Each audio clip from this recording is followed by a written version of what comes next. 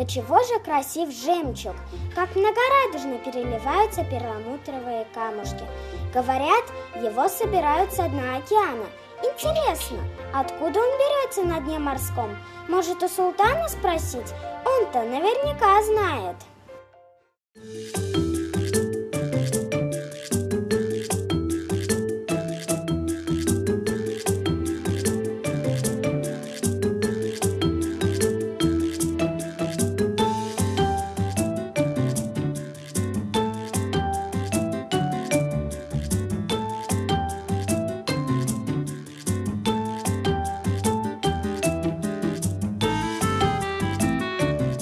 Дети задают десятки вопросов каждый день. И бывает так, что вопросы маленьких почемучек ставят родителей в тупик.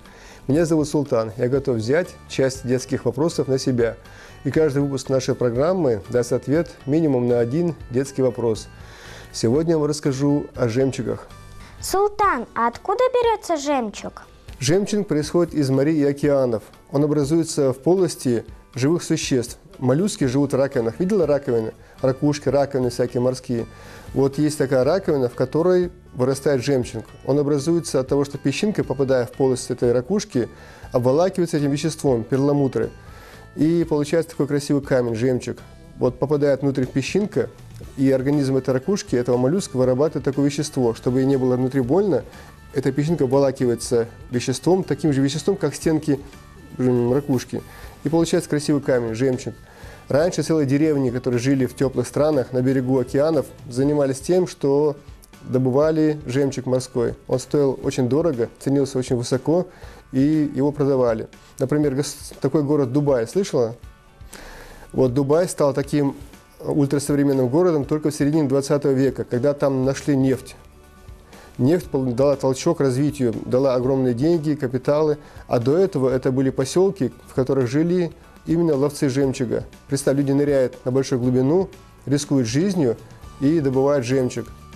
Представь, если нырять на большую глубину, то это очень опасно для здоровья. И люди приобретали болезни, очень тяжелые болезни.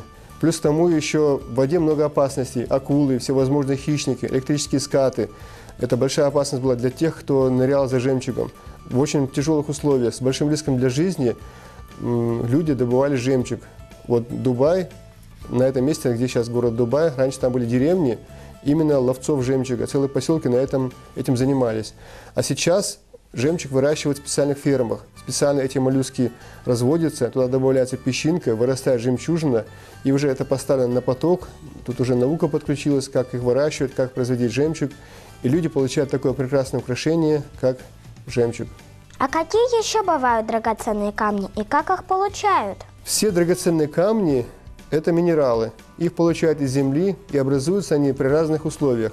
Например, янтарь, такой камень слышала? Желтый камень янтарь. Янтарь образуется от смолы деревьев. Это окаменевшая смола древних деревьев, которые росли миллионы лет назад.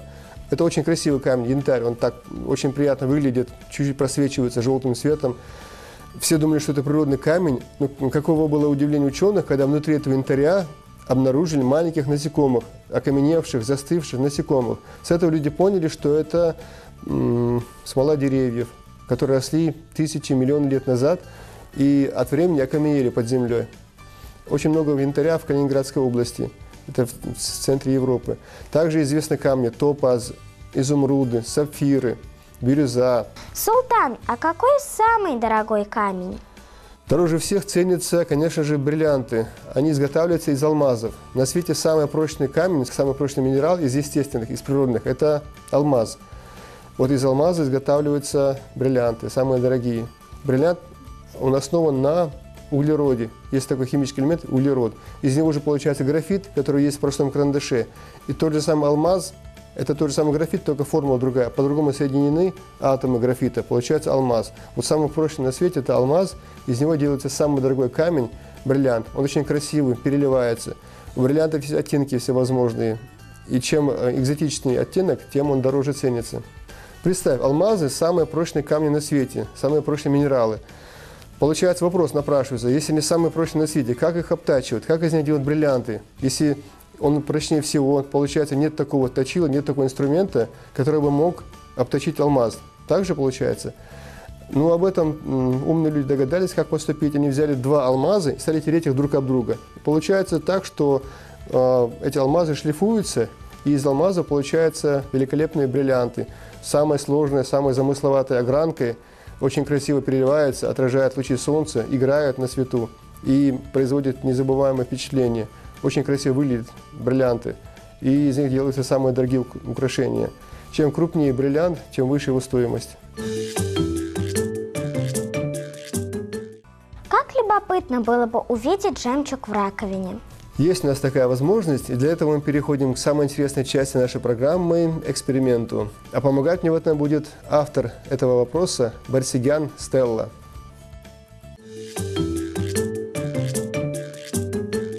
Итак, сейчас я тебе изображу, как это все происходит. Вот такая раковина жила в воде, жила себе жила, это одна половинка. Вот. И вдруг однажды в эту раковину попадает песчинка из дна морского. Вот этот моллюск живет внутри раковины. Такое желеобразное существо.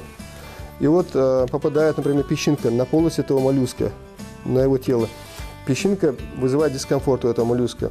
И потихоньку она обрастает этим веществом. То же самое вещество, из которого сделаны стенки этой раковины. Перламутр, цвет такой. Вот обволакивается этим веществом, и потихоньку оно все растет с годами. И вот эта песчинка обволакивается этим веществом, и вот так вырастает жемчужина. Их может вырастать множество, несколько штук. И со временем они все больше и больше, и чем крупнее жемчужина, тем она ценится выше. Понятно? Да. А сейчас мы с тобой рассмотрим эту самую раковину, уже реальную, как на ней образуются жемчужины. Вот здесь хорошо видно, на этом примере, как зарождается жемчужина. Здесь в этом случае жемчужина срослась со стенкой ракушки. Вот смотри, посмотри внимательно. Вот их несколько штук. Это были песчинки, они попали в полость ракушки и стали обволакиваться. Вот в этом конкретном случае они срослись со стенкой. А вот эта вот часть, вот она беленькая, это есть жемчужинки. В нашем случае их извлечь невозможно. Посмотри здесь, хочешь внимательно посмотреть? Подержи. Вот это беленькая, вот две жемчужинки у тебя есть.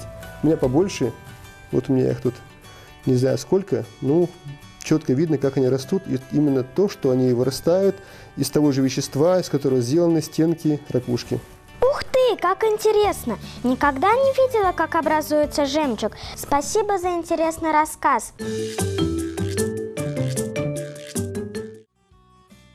Жемчуг ценится во многих странах. Из всех драгоценных камней только он единственный не требует специальной огранки. Его появление до сих пор считается чудом, ведь фактически из ничего появляется удивительно красивый камень. Однако в 20 веке один японский ловец открыл тайну рождения жемчуга и предложил способ искусственного выращивания. Он предложил во взрослую устрицу посадить песчинку, чтобы через несколько лет в нем образовалась жемчужина. Такой эксперимент принес пользу, и вот уже много лет подобным образом добывается искусственный жемчуг. Мы привыкли, что жемчуг бывает только белого цвета и круглой формы. Сегодня, благодаря современным технологиям, жемчужины выращивают любого цвета и любой формы. В ювелирных магазинах можно увидеть жемчуг черного, розового, голубого цветов. Наиболее ценными считаются крупные и сияющие жемчужины. В истории были случаи, когда добывались гигантские белые камни. Их, если верить рассказам, находили в Индийском океане, Персидском заливе и даже у берегов Западной Африки. Правда, ни один жемчуг подобного вида не сохранился до наших дней. Вокруг этих красивых камешков ходят удивительные легенды. Например, в Китае жемчуг считают слезами ангелов, оплакивающих грехи людей. Есть и другая легенда, гласящая, что однажды драконы затеяли битву среди облаков. От их сильных столкновений началась гроза, засверкали молнии, и облака пролились на землю дождем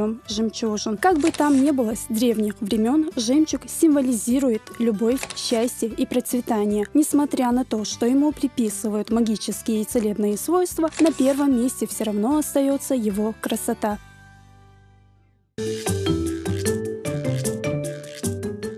Вот так, друзья. Теперь мы знаем, как образуется жемчуг и другие драгоценные камни. Надеюсь, путешествие в мир знаний было увлекательным и полезным для вас. Присылайте ваши вопросы на наш электронный адрес. Автор лучшего вопроса станет участником одной из наших следующих программ.